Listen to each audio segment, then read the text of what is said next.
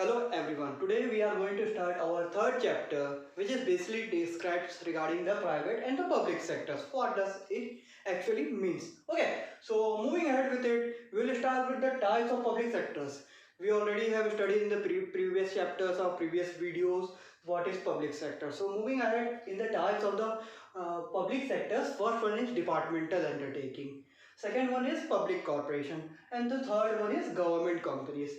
This all three will be reading in detail. Since we have to read all these kinds of the details, some of the portions I would like to tell you that has been eliminated by the CBSE. So the part which have been covered are covered as under.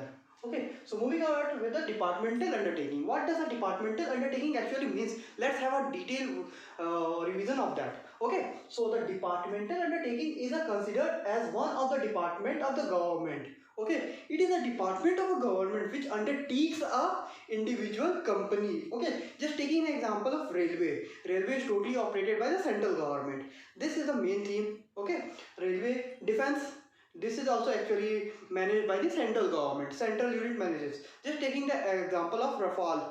Okay, that was purchased by the central government unit. Okay, so railways and defense and post service, they all are managed by the central government unit. Even if you take the banking sector, they are totally operated by the central government, which is RBI. So these all are the example of departmental undertaking. Central government has the authority. Different types of ministers have been established for this. You can take for this railway minister, defense minister. You can take the certain ministry is having a particular control of particular sector in this departmental undertaking. Okay, so it is all about the departmental undertaking. Moving ahead with the merits. Okay, so what are its merits? First point we will be learning is easy formation. Second, we will be going in detail. Actually, we will be dealing it with the detail, just having a glimpses of it. Second one is effective control. Third one is optimum utilization of fund. Fourth one is accountability. Fifth one is a secrecy. Okay, so easy formation. Since it is a government company, so it is very easy to form. Okay, a several decision has been taken and it has been formed. Okay, there is no lot of paperwork regarding the taking the permission from the government. Since government is only trying to open a particular department or take the department in its hand, this is called a easy formation. One more thing we can come to know about it, central and state government are the two bodies operating. Just taking you will be confused that all the operating units are managed by the central government, not the state government. No, the state government also manages some of the units. Just taking an example of electricity department, that is totally managed by the state government and under the rules and regulations of the state government. So state government also manages many kinds of things. Okay, so it was the first one was easy formation. As it clear, it's government. If government is opening any kind of departmental undertaking, so they will have total right to open the things. Okay, next thing is effective control. What does effective control means? A thing there should be effective. Okay, affection should be there. Means time work should be imposed at a particular time. Okay, the work should be done in an effective way. That should have a great impact upon the or you can say a major priority can be given. Just taking the railway, the major priority is given. If the construction work is going on, they are given the priority. They cannot take the risk of the railway who drive the way. Okay, the trains or the pilots of the train. Okay, next one is defense. The security of the country comes into existence. The security of the country is never compromised for any further use. Okay, if the government thinks this is important for the defense of a particular country, they totally use the fund regarding the matter. Okay, so optimum utilization of fund. See, so I am telling you the one thing that Indian Railway is the most economic uh, profit generated unit in the departmental undertaking. Just taking we all know about it. Okay, that it is managed by a huge rules and regulations, so it brings a lot of profit. The most profitable unit is the railway department in our India. Okay, so optimum utilization, what in if you look around the budget, generally it happens in the month of Feb and March. Okay, the certain units, finance minister allowed certain amount of sum to the particular unit. Fund has been given to a particular sector. Okay, you can take agriculture department, railway department. This all are given a fund to inaugurate and start a new line of the railway line. You can say optimum utilization of fund. That's where we get the optimum utilization of fund.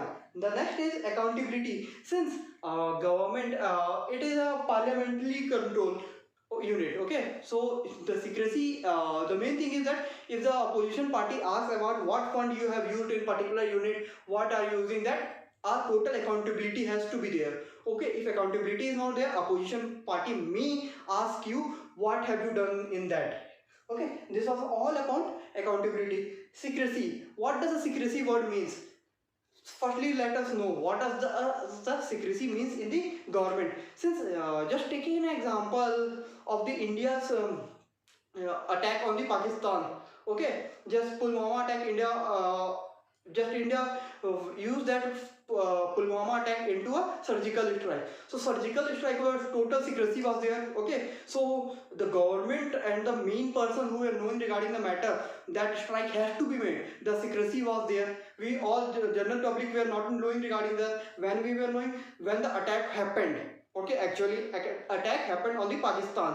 The surgical strike, the unit which attacked the Pakistan, after having a media disclosure, then we came to know about it. So secret, in the government department, if you go in the high level, there is a lot of secrecy which cannot be eliminated and which cannot be controlled. These all are merits of a particular departmental undertaking. Now moving ahead in the demerits in the departmental undertaking. So first one is lack of motivation, inflexibility, insufficient management, rat tapeism. Okay, so the first thing which is the lack of motivation. Since it is a government company, so motivation would not be there.